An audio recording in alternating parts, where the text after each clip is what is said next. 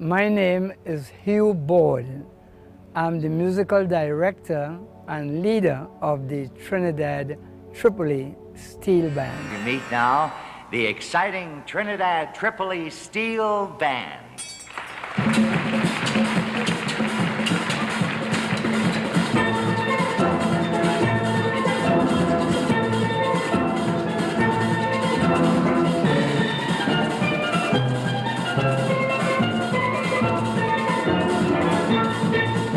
I've been playing this steel band for around 70 years, and I'm proud to be able to say that today.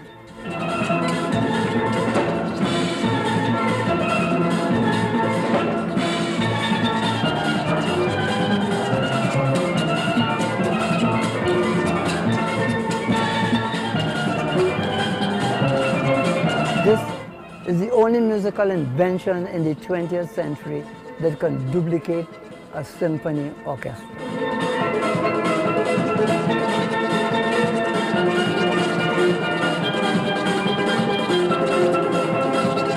We were considered as vagabonds in those days. It was an instrument invented by the poor, underprivileged people. Through Liberace, we could have gone anywhere.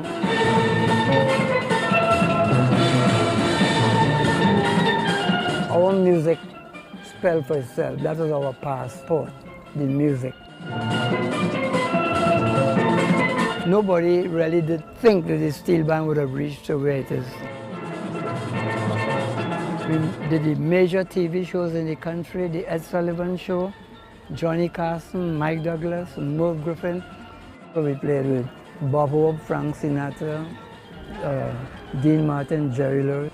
We made friends even with Elvis Presley when we played in Nashville, but I don't think there was ever an entertainer in the class of Liberace.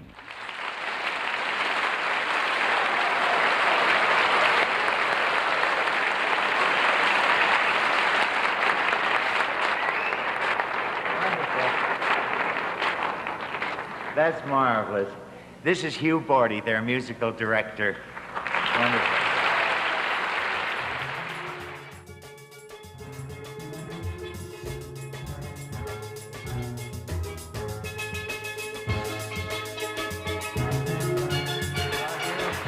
I'm very proud to have you on tour with me, but there's just one thing I'm kind of curious about. Where did you get the idea for your costumes?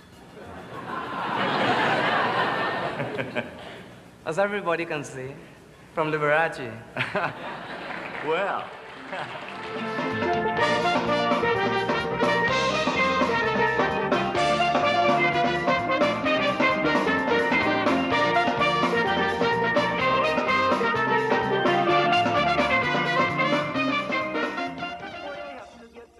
Our third nominee is Mr. Hugh Borde. Hugh is one of the pioneers. I give him a round of applause. He deserves it. In terms of steel band's development, Hugh has seen it all.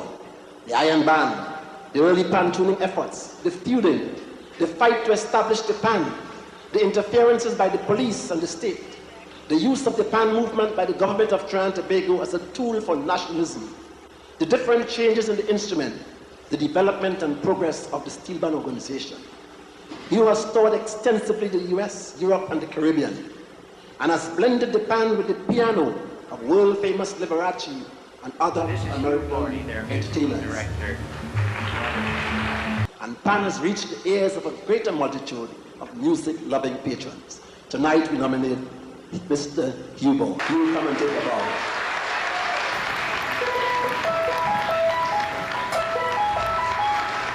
I was born at 56 Western Main Road, St. James, Port of Spain.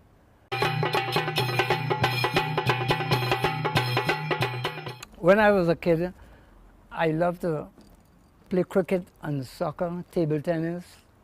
I was an apprentice jockey. I was in everything in the line of sport. There were so many different things as boys that we did in our days. Our days had some good boy days, we call it. St. James in those days was the creative capital of Trinidad and Tobago. We had runners, limbo dancers, different, from any walk of life that you could think about in entertainment. St. James was the capital. The people, they were poor, but their minds were very, very peaceful. They loved to go to church on a Sunday morning and things like that. So we grew up in a good time, you know.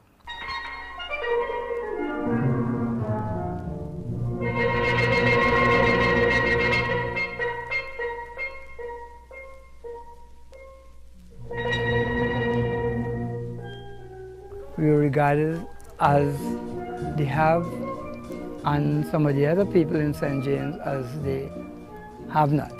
I love the classical music played by Mozart and Beethoven and so on. I was a five-year-old kid knocking around like all the other poor guys who tried the same thing with these little small milk cans or paint cans and pounding them with one stick. In those days, you're pounding with either a stone or a hammer to make song out of nothing. I can remember when I was about 6 or 7 years old,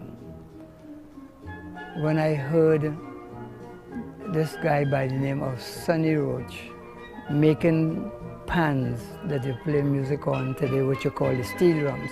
But this all started with him, to my knowledge, with clim cans, paint cans, different type of garbage, small drums. We were one of the first middle-class people to come into the steelpan era, where we saw this guy in a river in Bond Road, St. James, making the drums. He used to come to our window and asking me to give him do on the piano, do, re, and he will keep pounding and making noise by my mother's window. And when my mother had enough of it, she will come with a bucket of water and wet down Sonny Roach in those days. He made a song like, you know, music coming from the drums itself, but in those days it was only 5 notes. You could only play Mary Had a Little Lamb and things to that effect. We came into it as from the Borde family, and this is where the Lord Kitchener, one of our famous calypsonians, made a calypso. If the Bordes could play, who is we? So that is how the steel band started to get recognition from the Borde family, as they consider us to be a middle-class family. We used to wait till the guards gone to sleep at night and go and climb over the wall and steal the drums. That's how we used to get it, to steal it from SO Oil Company, Texaco, Shell. We go and steal them. The steel band around that time, we were considered as vagabonds in those days. If the police saw us playing the steel band, they will arrest us, put us in the yard. Next morning we face the magistrate. He will give us 6 months in jail just for playing the steel drum that you all marveling here about today. One of the most unusual and exciting sounds in the world is the music, in the world of music, is the sound of a steel drum. And the foremost masters of that Caribbean sound are my next guests. So please welcome the Trinidad Steel Band.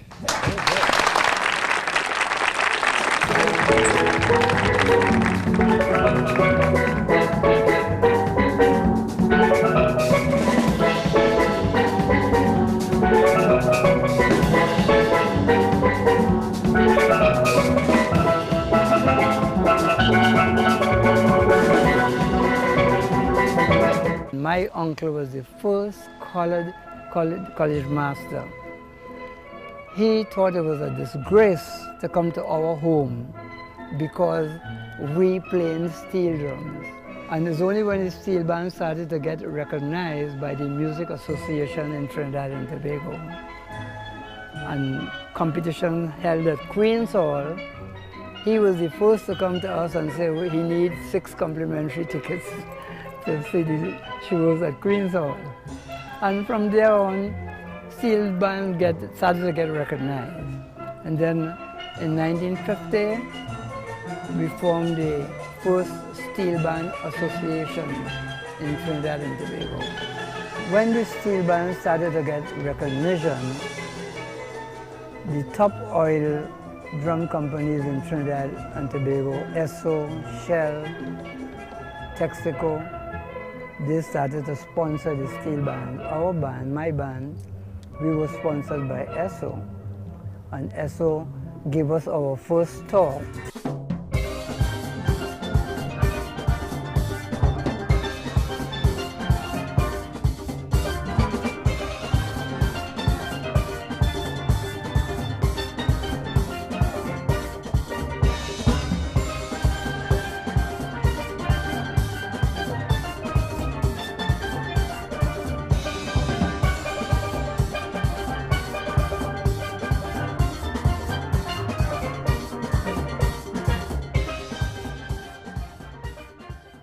We were leaving to go to the United States.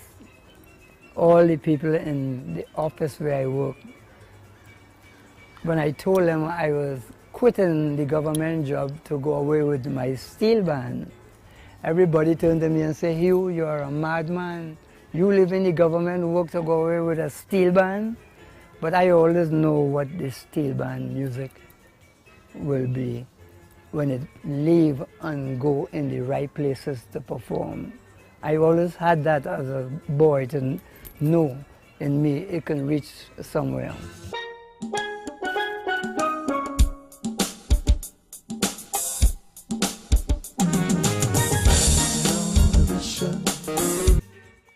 I owe most of the success of the Trinidad Tripoli Steelband to Liberace. Let's welcome him now. Mr. Showmanship himself, will you welcome him? Liberace!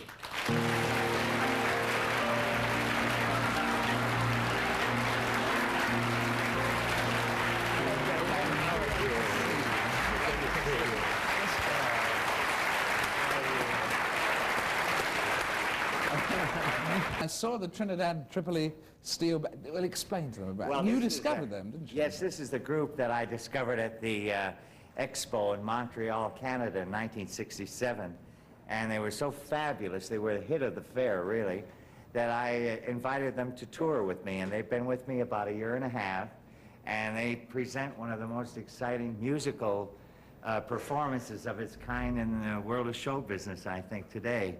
And it's so unique and different, I've discovered that the music of the steel band has only been around since after World War II, when the island of Trinidad was practically swamped with empty oil drums, such as you see here. And the people of Trinidad put these oil drums to a very good use. At first they beat out rhythms on it, and then, as you notice, some of the drums are shorter than others. That changes the tone of the instruments. So I'd like you to hear how they sound individually, first of all. The basses sound like this. Those are the big drums. And then there's a little smaller type. They become the cellos because they have a little higher pitch, the cellos.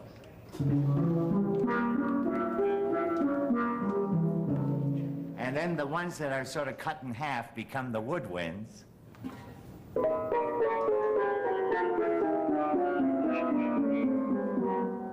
And the still shorter ones are the strings.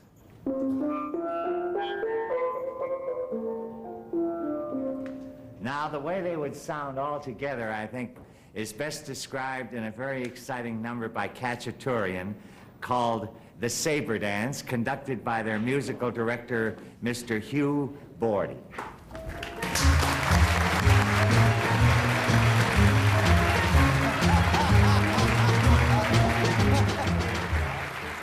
He couldn't believe his ear because we only heard that Liberace was coming to the Trinidad and Tobago Pavilion to hear this fabulous group playing music on oil drums. So we decided to get ready for Liberace to make sure he hear the group to the best. But the highlight of the whole thing was, when he came in, we saw him and we were playing the Sabre Dance by Cachutaran. We didn't know that was Liberace's favorite. So we got a standing ovation for about 5 minutes, the people just clapping.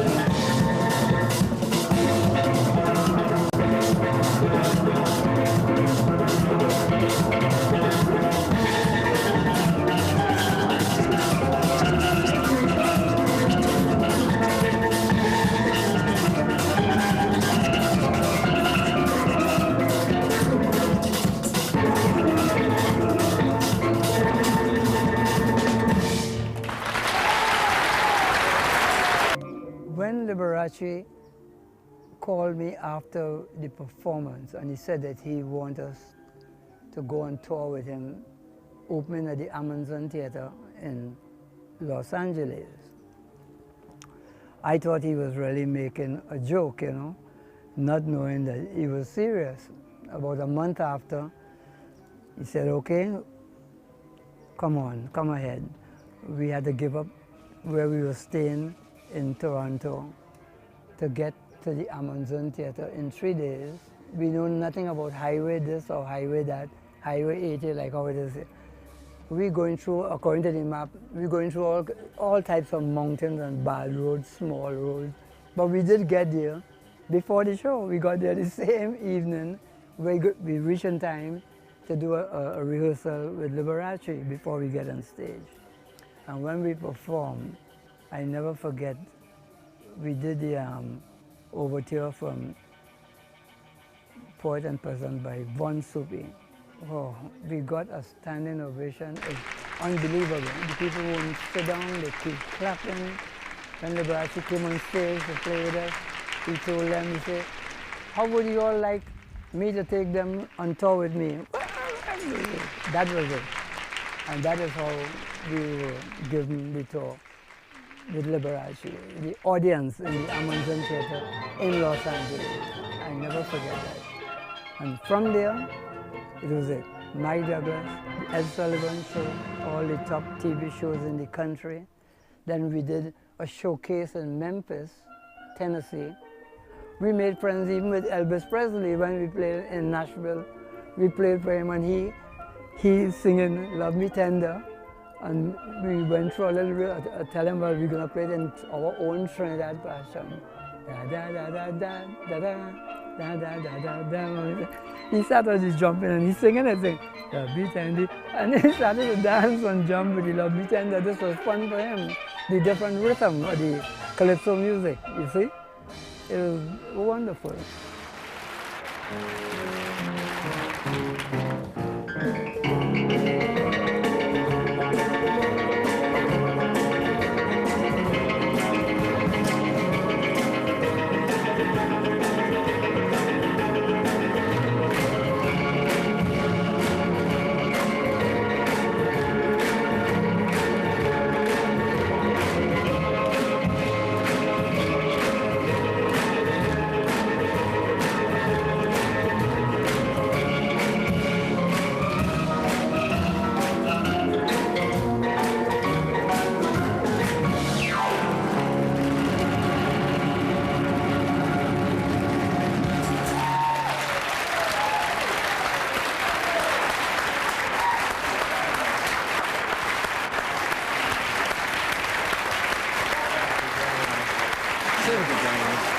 You know, David, these young men, most of whom are between the ages of 17 and 21, have this past season given 2 Royal Command performances for Queen Elizabeth of England. Isn't that marvelous? Yeah. We had toured with different artists. We performed on different shows with different people. We played with Dionne Warwick. We played on with the Easter Seal Telethon with Bob Hope, Frank Sinatra, Dean Martin, Jerry Lewis. Well, he's the person who ran the Easter Seal Telethon. But I don't think there was ever an entertainer in the class of Liberace. As far as his audience is concerned, he loved his audience. Thank you very much. I'm often asked if I have a favorite song, and there is a song that has a very special meaning to me, and I hope you share my enthusiasm for The Impossible Dream.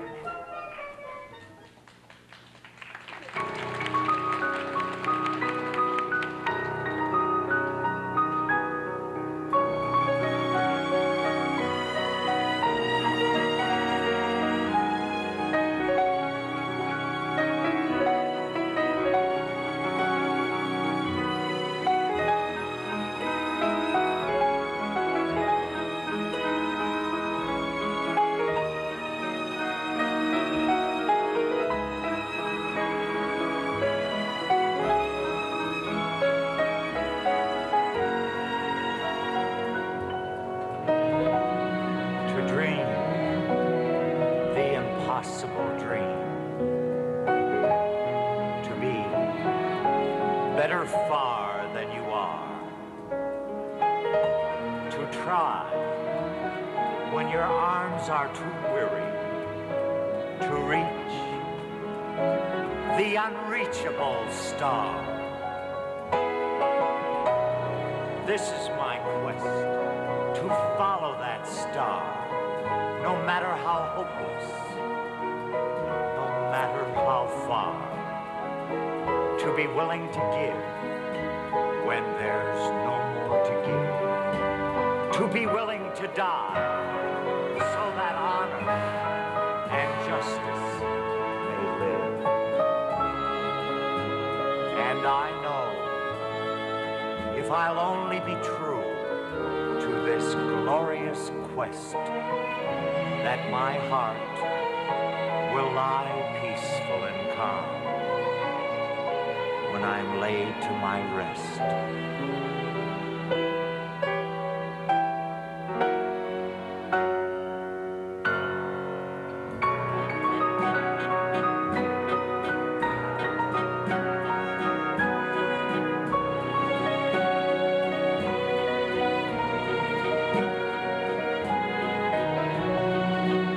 And the world will be better for this. That one man, scorned and covered with scars, still strove with his last ounce of courage to reach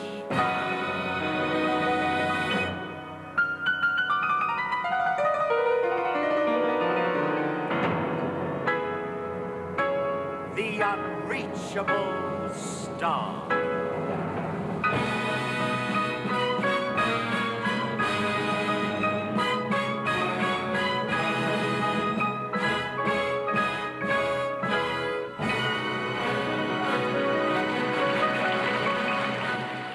So this lady came up to me before the show and she said, Mr. Borde, is there any way you can get Liberace to give me an autograph? You see, I've been coming to his shows and I never get to meet him, and but he's my favorite. I said, all right, that is no problem, leave it to me. So Lee had just come into the show because we were already there and set up. So Lee now come in. So I called him and said, this lady here wants autograph. I said, sure, you come on. He came across the lady, autograph, and give it to her. The lady dropped down dead. She dropped down dead right there on the spot. Dropped dead. Liberace will remain in his dressing room and sign the last autograph. He will never leave until he signs the last autograph for these people. No other entertainer will do that. Thank you very, very much. Through Liberace, we could have gone anywhere, and we got rooms in hotels, and in those days, was 7 rooms to put up for the whole band, and to get 7 hotel rooms in that time with 28 black people like us, it was very, I mean, it appears very, very difficult, but it wasn't difficult for us. We never got a problem. Up to this day, we never went through any type of problem racially in the United States of America. Even when we played in Alabama at the time when Governor Wallace was shot, I remember that clearly. Our music spelled for itself. That was our passport, the music.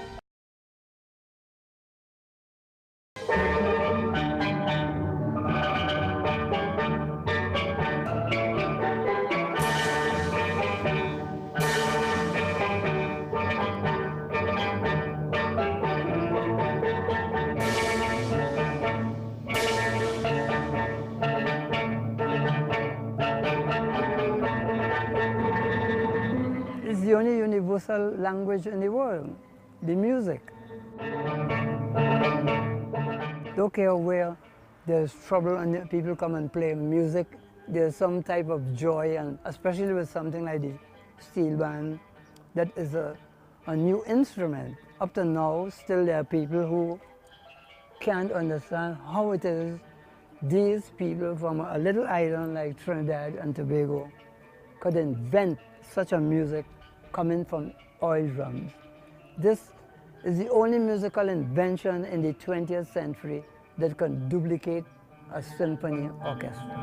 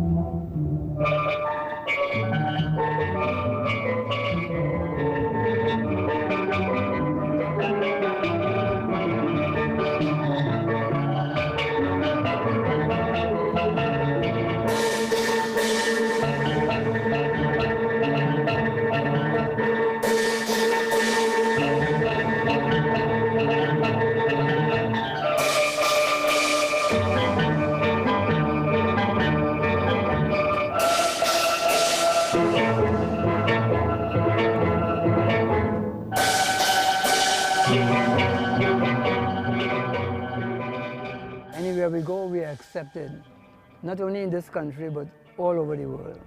All over the world. The steel band music is starting to catch on. People are now getting to realize the importance of this new form of music.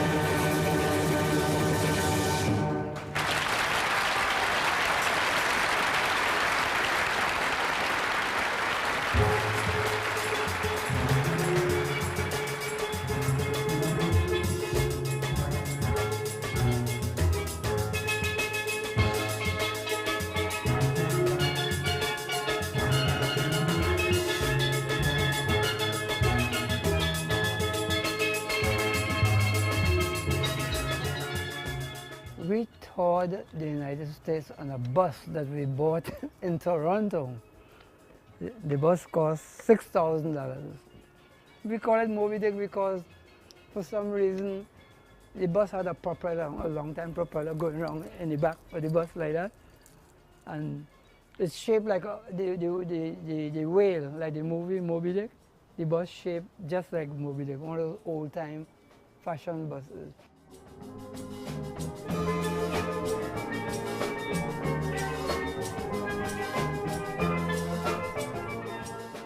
Moby Dick took us to so many different states on the Liberace tour. When we were leaving Toronto to come to Los Angeles, there was not much highways in those days, and we taking all type of small roads to get to Los Angeles. The heater went off, there was no heat, and it was very, very cold, it was freezing. One of the guys, his name is Nolly Williams, he plays the cellos. Everybody feeling cold, he said, listen, he had to do something to warm up the bus.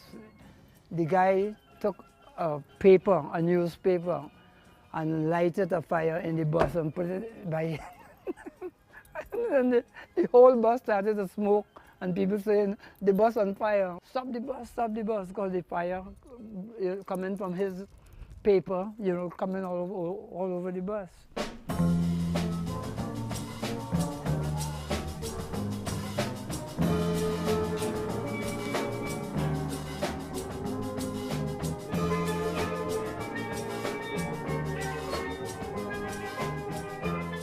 A matter of transporting the drums, what we did, we took the bass drums and the cello drums, not all the steel band, just the bass and the cello, and we bought straps for them, you know, to just lap over and hold it together. So it was a very comfortable means of traveling. Instead of having to go under the bus all the time to take out these big drums, we had it on top.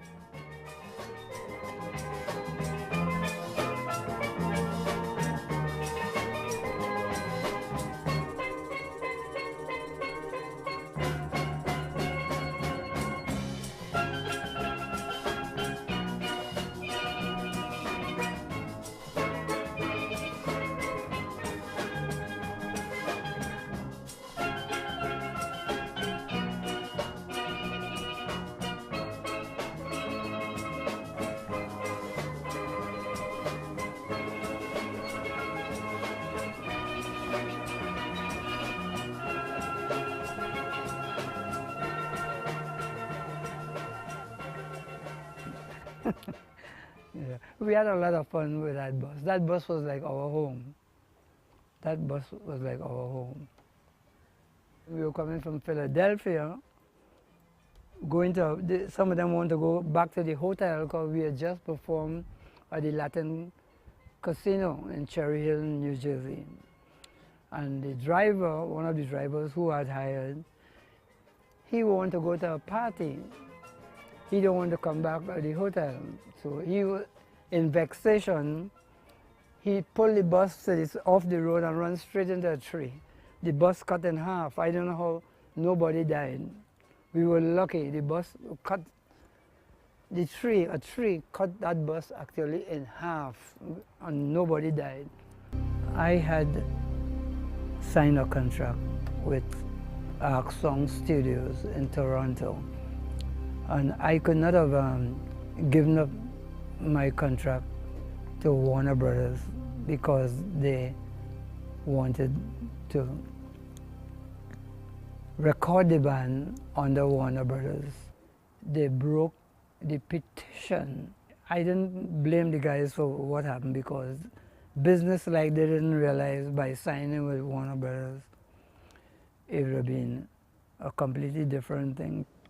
When Warner Brothers and Trinidad Tripoli got involved, my dad was under contract with another recording company. Due to the fact that they signed a petition with me, I was the one who signed the petition to bring them to the United States. And the immigration law is if you break the petition, you got to leave the country and come back. And that's basically how the band disbanded. My dad had to get new players and start again. It was tough. After the original band went back to Trinidad in 1972, I had to get other people to perform as the Trinidad Tripoli Steelband. I recruited players from Trinidad, from different bands, entitled to use my name, the Trinidad Tripoli.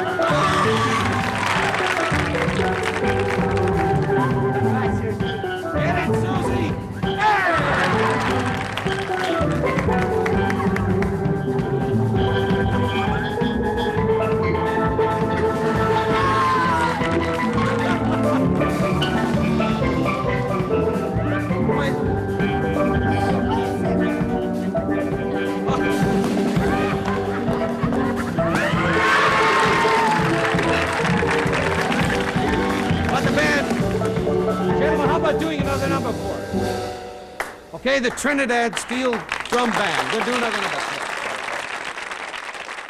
Then I sent for my family to come to the United States, and they took over as the Trinidad Tripoli Steelband. This was started by one of my sons, Emile. I went to Trinidad that year for the carnival, and when I came back to the United States, I heard steel band music playing in my basement, not even knowing he had organized the children. They got one of my good friends, Clifford Alexis, to make the drums. And they already did about a dozen songs. And the agency heard the band, and he told me, say, Hugh, this band sounded just as good as the original band, and that's how the band started from there.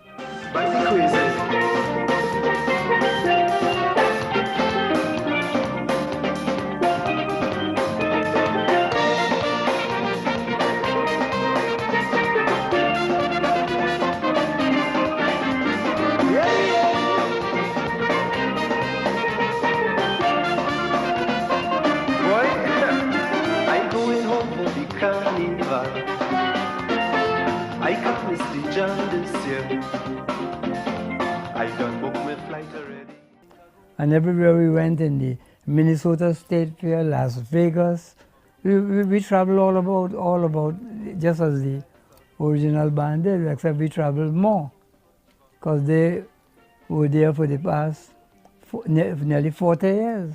We sort of jumped into some new rhythms and new sounds, you know, a new era, you know, and that's where the family version of the Trinidad Tripoli Steelband changed. And this created quite a bigger impression with the family band than even the original band at the time. I just walked into mine in here with that sad look upon your face. Should have changed that stupid love, should have made you leave your key. If I'd known for just 1 second you'd be back to bother me. Go on now, go, walk out the door, just turn around now. You're not welcome anymore. Won't you go on, try to hurt me with goodbye? Did you think I'd crumble? Did you think I'd lay down and die? Oh no, not I will survive, 'cause as long as I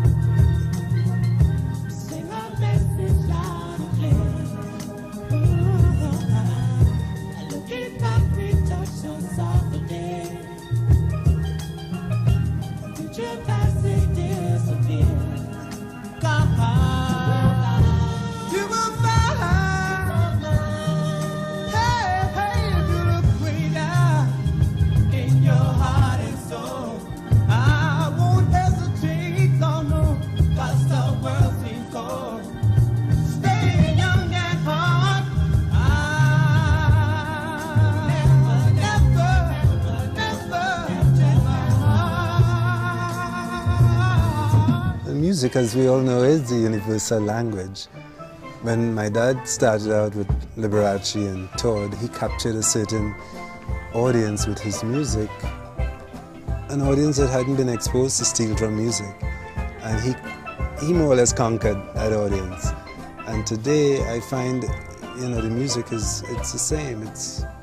We're having to capture new audiences with music. It doesn't matter what language they speak, you know, we bring the music in. As long as the music hits them where it should, you know, they feel it. I remember some years ago when we went to Ray Charles' home in California.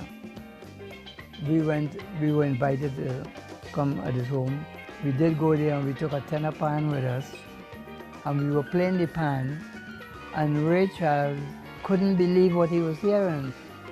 He feeling the drums and he's just rocking and saying, man, he said, man, this is the most beautiful music I've ever heard in my life. He said, oh God, and he feeling the pan, he can't believe what he heard coming from an empty, discarded oil drum. And Richard, we have to consider him as one of the best you can think about as a vocalist or musician. And the world really haven't discovered the art of the steel band yet. Being a musician, you know, it's such a responsibility to speak to audiences through the music, through the presentations, through the performances. And I feel blessed to have come through a family that actually perform music for a living. It makes me feel proud to know I am one of the people who started this instrument as a boy, to see where it has reached today in the musical world.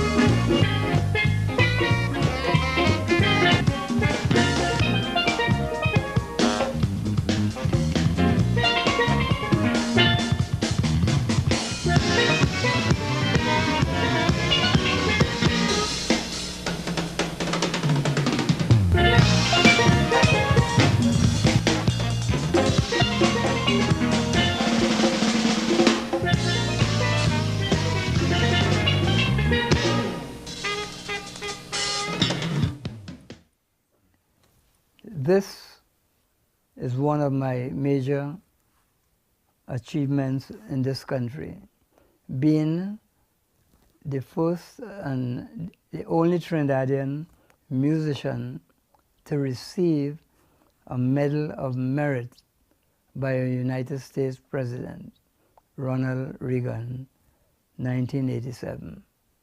This I will always honor and cherish. Every year since his sojourn in the U.S., Hugh has returned to Trinidad to play, to learn, to give Trinidadians the benefit of his rich organizational expertise, and to judge the various steelband competitions. Through his knowledge of the market, many family today have gained jobs overseas. Many family hold prominent positions in cities worldwide, and fans reach the ears of a greater multitude of music-loving patrons. Tonight we nominate Mr. Hugh Borde. He celebrates you coming to the ball.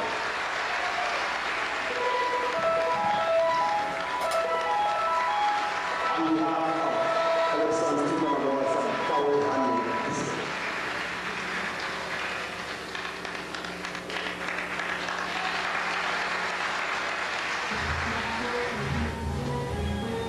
I must thank first the members of the Steelband and Calypso Awards Committee, Mr. Billy Fugaro and Joe Brown.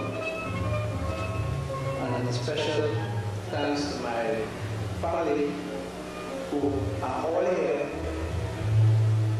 I am accepting this here this evening, not only for Hugh Borde, but for all my friends who struggle together with me for year after year to keep the name of the steel band in the heights where it has reached today. Just imagine, years ago in the early stages, I was regarded as an outcast. Today I stand here inducted into the Hall of Fame for Pan. Thank you. You'll enjoy Liberace in the Trinidad Tripoli Steelband. Hugh Borde is a pan-guard legend, you know, pioneer. He's won all the accolades for his efforts in steel drum, and still it's not known how much he's done for steel drum music. This I'm showing you here is our national flag of Trinidad and Tobago.